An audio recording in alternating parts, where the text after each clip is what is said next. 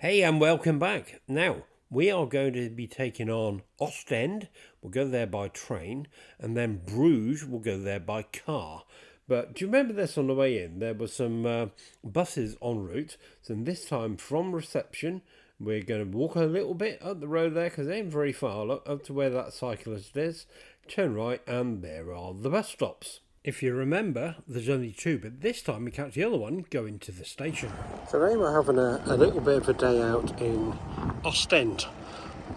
Just to have a look at that. You don't think they do everything by bike, by any chance, do you? So this is the actual station. And, yeah, but actually this is the back end of it. We actually came in the other end. But we're platform 12. And she's pointed to now. Number 12, we're off. Oh, bike's over there as well, look. Blimey. Well, here we are. Pretty clean platform, isn't it? Better than you patented. Yeah, it's How much do you reckon that was? it's about €45 something. So convert that into, it's about 20 quid each. Yeah, but equivalent trip to London. Yeah. For me to stand up all the way to Paddington from Swindon. Yeah. Is 120 quid. Yeah. Well, it's at least, if you were going off peak, it's at least 40 to 60 quid. Not bad, is it? The only thing is, like other trains, there's nowhere to sit. You're waiting, which I think is crap. It's just there, is it? Oh yeah, come on then. Obviously got some building work and things going on. Yeah, Ostend, 10:39. What how up to date it is.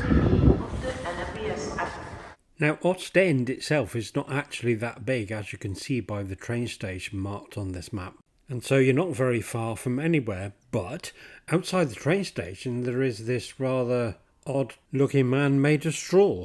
They have the usual shops, and we did stop for a bit of lunch in between the fairly constant rain showers. Can you hear me all right? We're at Ostend Beach. It's actually quite a nice beach. Let me hold on to this probably. It's actually got a nice promenade and stuff as well. I have to say, can you see behind me? Yeah. They've got the usual tan shops as well. Let's head out.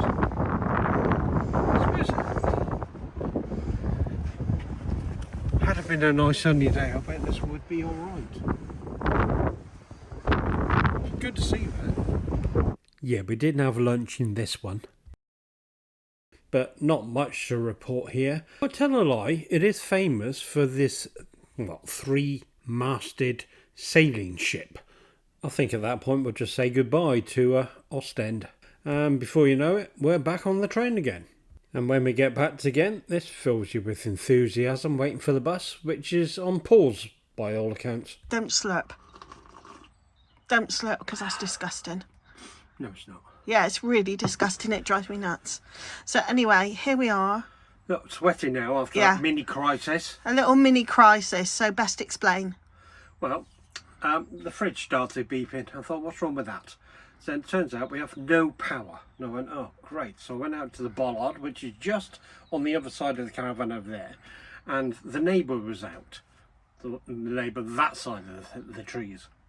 And he said, oh, I apologise for that if you lost power as well. My wife plugged the fryer in and knocked out the power to the whole site.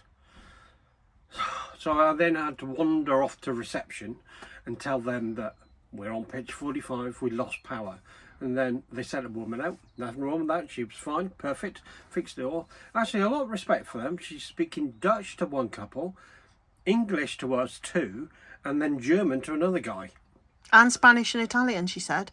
She does all, well, staggering there. Anyway, the long and short of it was, she goes, well, all the power's back on again, it must be your cable.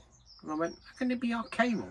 The power has been, we've been here for 2 days with no issues whatsoever, and now the power's gone off. So it can't be the cable. I very much doubt that. So she got another cable, came and plugged that in. Said, no, still got no power. And she goes, well, that proves it then. It's definitely something inside your van. I said, no, it doesn't prove it at all. I said, how do I know there's any power coming out? I'll tell you what I'll do. I'll go and get the multimeter out the back of my car. Oh look, nothing. So on either of the cables. So it's your unit, big fuse box. And then when she went to go and get that, again, so what is this? A household, a special motorhome caravan-y type fryer? No, it's a normal household one. I went, well, that's the problem, isn't it?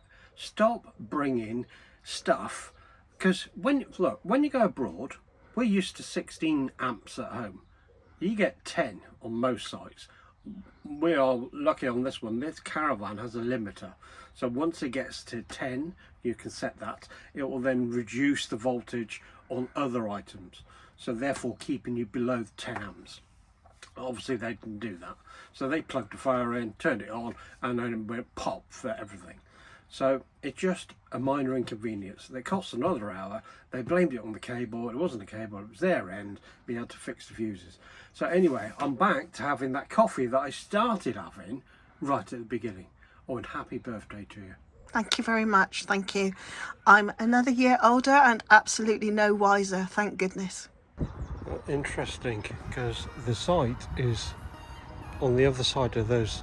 You can see some of the tops of some of the caravans and things that are in there, but when you come out the back of it, obviously a lake there, there's a bigger lake here, and there's a lifeguard station just over there as well. Lifeguard station and an adventure playground in the water. Wow, this goes all the way around.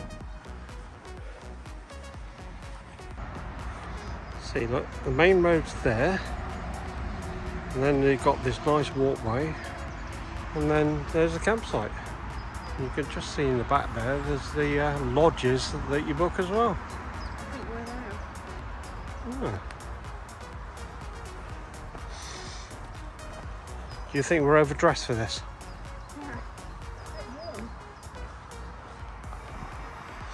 Now look, and there's our caravan.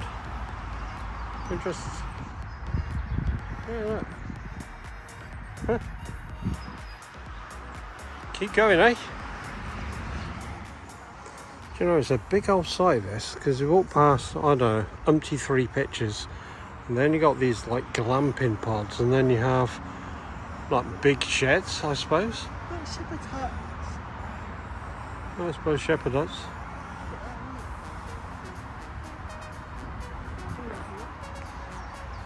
Yeah, but it's the site that just keeps giving. It's huge, this. We're not done yet. There's a runner coming. Now, they got quite a few of these stations around the place. So I wonder what it is. But I wondered what it is. But these are keep fit. So it depends on one of those through there. If you're a man or a woman, and whether you're green, blue or red. But either way, it's a Tarzan ladder, yeah. A bit wet though. Yeah, you want to stay up. And no, we're not going to have a go. Are you going to have a go? Just look at that. Look at that bent table tennis. Well, another one just there. It's really hard.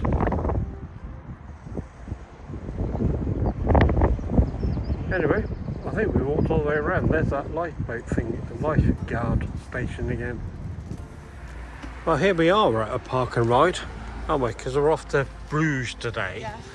But it's not the park and ride like we would know, because, you know, there's plenty of places to park, but there are no bus stops here. So I think you have to go across the road. They're going that way, over there. I see there's a bus stop over there, and one opposite that, one on both sides of the road, look, down there. So I suspect it's one of them. And typically it was the third bus stop, which was the right one. And then it took us into central Bruges, and a bit like Ghent, the outskirts of it's pretty bland and dull. And then you get into the old bit, which is very cobbled and extremely beautiful, with recognisable architecture.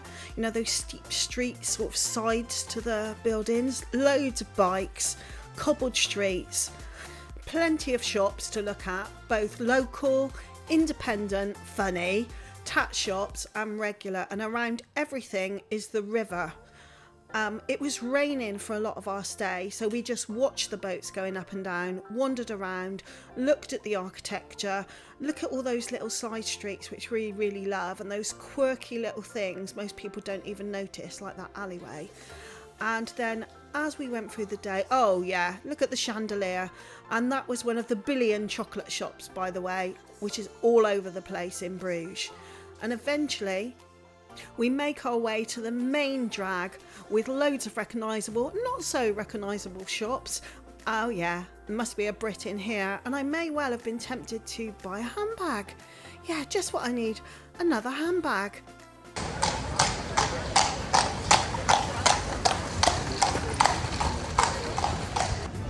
Well, this is somewhat interesting.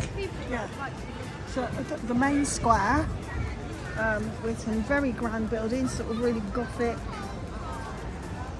leading into that church. A bit ruined, I have to say, by a fun fair in the middle, but I'm sure it does good money. And I think we're stood actually in the road, but that's hard to work out, isn't it? What's the road and what's the pavement? Out of Ghent was pretty good. This is better. Yeah, Ostend was Rubbish. yeah. That was alright, but Yeah. this you could easily spend a whole day out. We're about a third of the way around. Loads more to go. Yeah. And then thankfully the sun came out, so we decided it was our turn to actually get on a boat. Yeah, do a sightseeing trip. So we do. We're off. And there's quite a few to choose from, so we just leap on this one. They certainly do pack you in like sardines, but I have to say our captain was rather quite funny actually. This was about 15 euros each, and you're probably on it for a good half an hour. And you need to tip your driver. Oh yeah, don't forget about that. And if you look at that yellow building, in the window it's famous for its slightly pinkish glass.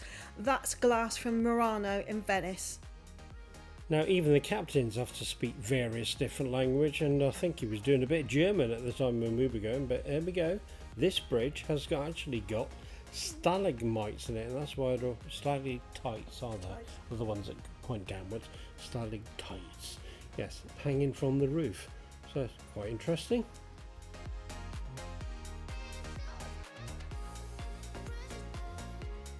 You ready to go under the bridge?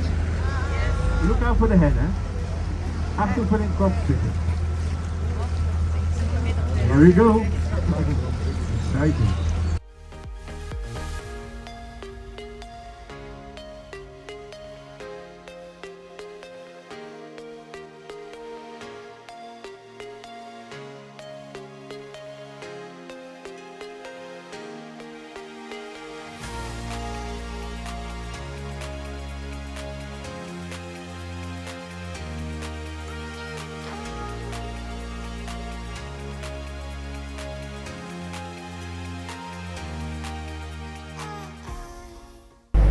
I think it's raining. Matt, what we got?